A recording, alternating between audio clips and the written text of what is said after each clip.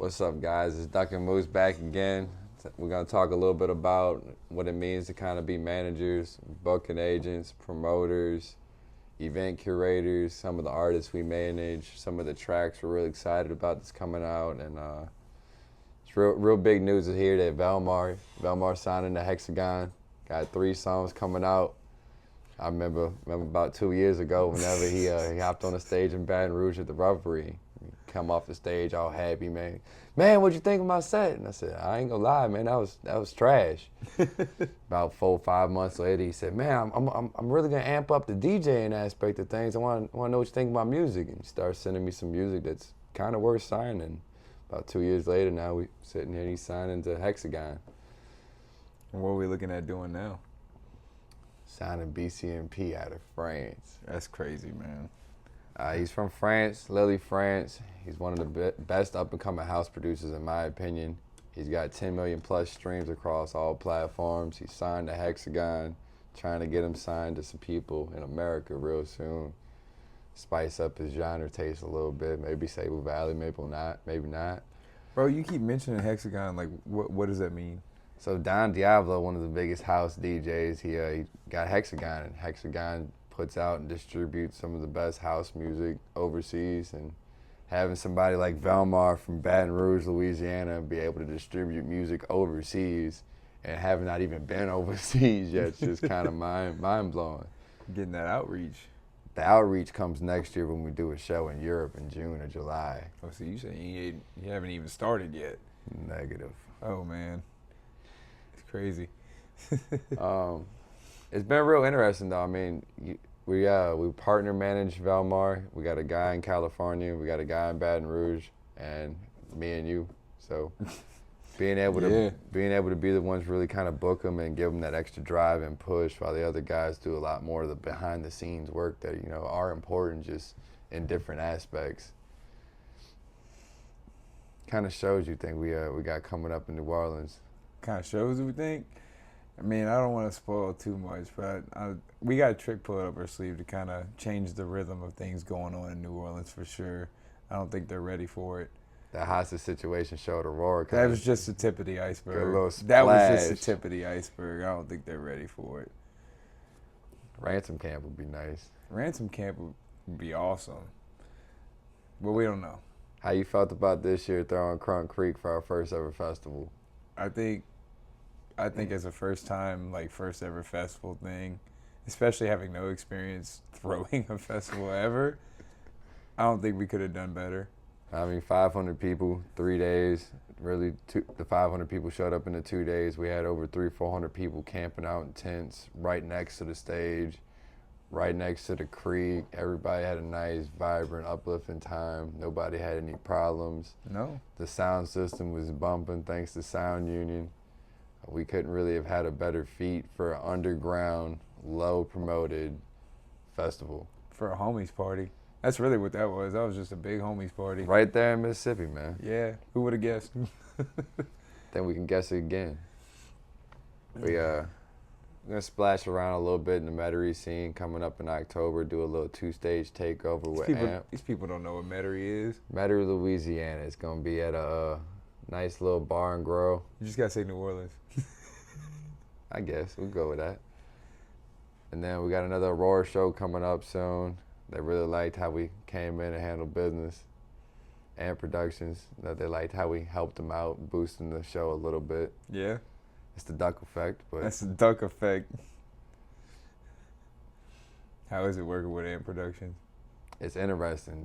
We got a team of 2 people, maybe 3 or 4 in the back door area, and then they got 30, 40 of them trying to accomplish the same things we're doing, and it's interesting because we're making moves outside the state, and they're kind of really helping us at the same time take over. While they do the club shows, we handle more of the underground side of things. Kind of like Disco Donnie did when he first started, man. That's where a lot of our inspiration came from, was the rave act. What's the rave act? Oh, well, we're hosting parties and everybody's coming here to do drugs or drink illegally. Or why are they doing that? We can't do it in the clubs because it costs too much. So we throw these big old parties and book these big acts and headlining acts and throw raves. It's all about the experience. I think we kind of encapsulate that as the newer generation, like the next man up. That's That what we makes sense. specialize in. It's all about the experience. Speaking of experience, talk about some of the good experiences you've had with us this year. I mean, so far, really getting introduced in the underground scene because that kind of blew up while I was gone. So that was nice, you know, just getting to meet all the faces of the family, the people around us that are involved, you know, just either helping us directly or just showing us support at our shows. It was nice getting to meet all those people. And then now that we actually have, you know, we started off with the Drifter, right? And the Drifter was phenomenal. I mean, I'm not going to lie, like, yeah, it's a shit show now, but for what it was, we did pretty good. I think we surprised a lot of people who didn't think that we had it in us. I think we did too, and I think we stepped on some people's toes, but in a good way. I think we posed a threat to them, and not like in a we're gonna beat you up kind of way, but we're gonna show you out kind of way. How you like the ability to shake back from getting canceled at one venue and going to a whole nother state and pulling something off? It's middle fingers walking out the door, dude. Speaking of middle fingers, you ever heard of Missio? Missio, no. We talking to them, man. Some good friends. We'd like to book them guys down in New Orleans. They'd like to see what we can do for them. I think we can do a lot. They got a song called Middle Fingers. Middle fingers out the door, man. That's how. I mean, respect to the establishment themselves, but. So break it down for me. When we go to events, you know, how you doing, walking around, telling everybody, you know, I'm Doug, this is our brand, while you really kind of just sit back in the shadows. And then there's just me. Yeah, I'm Moose. I'm just back in the shadows. How can you break it down for them, you know, being the event curator, walking around, being the face, but also being just one of the people there in general? I mean, I guess in relatable terms, the best way I would put it, it's kind of like managing a big house party. Like, you got all these people here, and you're managing little chaoses. Like, just there's a little chaos over here, there's a little chaos over here, and you have to make sure that none of this turns into a big storm of just mess. I mean, that's a lot when you break it down. Well, especially when you consider it's partying, you know, and like people are gonna get crazy, they're gonna do crazy stuff, so you got to plan for all that. But at the same time, you got to plan the party so that people do get crazy. That's a good point. I mean, hostage situation was the party to get crazy at, and we proved that. We proved that at the Drifter a few times. We throw the crazy parties. It's all fun and games until somebody's high-kneeing too hard and they go through the floor. You know what I'm saying? No, yeah, that just means you're doing a good job, though. That's all it is. I mean, a year and a half, 2 years ago, we was on a rooftop in New Orleans throwing a party just because we had some friends that I made a simple gentleman's bet. I bet you I could throw a better party. And then that translated to them giving us, you know, connections, venues, other artists to book, and it comes full circle when you realize we were just a bunch of stagehands hanging out with the people who put on the show, and now we putting on the show while still hanging out with the people putting on the show behind the scenes, you know. I think, and I'm not going to toot our own horns, but I think that's one of the biggest things that gives us an advantage in that realm is our stagehand experience, because we understand everything that has to come together to make the behind the scenes work.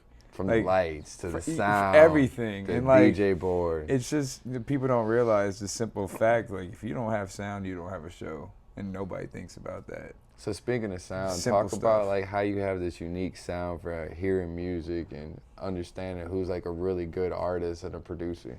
The only way I can describe it is like seeing sound. Like you just have to be able to see sound, and it's a way you have to train the brain, or you can learn it, but basically use your ears as your eyes, you know. And I guess the way I would relate it is sort of how you do lighting. You hear lights. Like, so somehow you hear sounds and you know the lights that go with those. You just close your eyes and you're like, oh, laser, okay. It doesn't make sense to me, but it makes sense to you. It just, in that realm, like seeing sound, you know what I'm saying? You just got to be able to see it. Have you ever went fishing on a charter fishing trip with a kid from France? Never. Have you ever took somebody fishing who don't like being in a boat?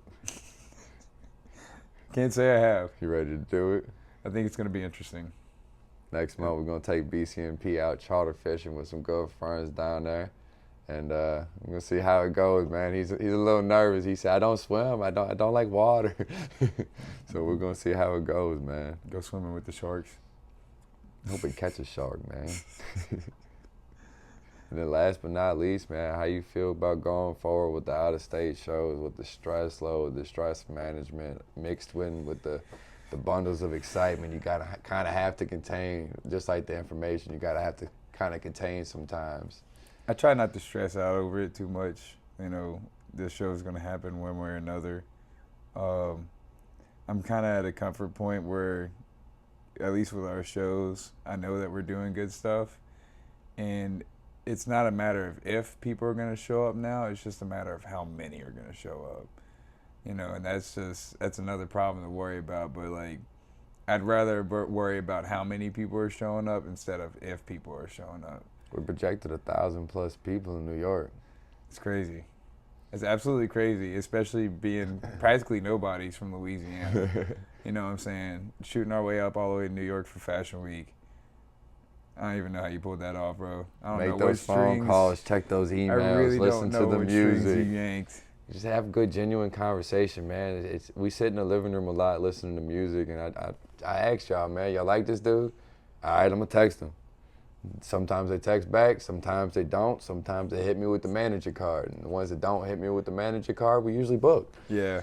You know, it's just, and the ones who hit us with the manager card but kind of roll every bit of the operations out with us and for us, it's a nice, you're a genuine person, you know what I mean? At the end of the day, you're not really in it just for the money, they're in it for the music just like we are. It's all about the experience, bro.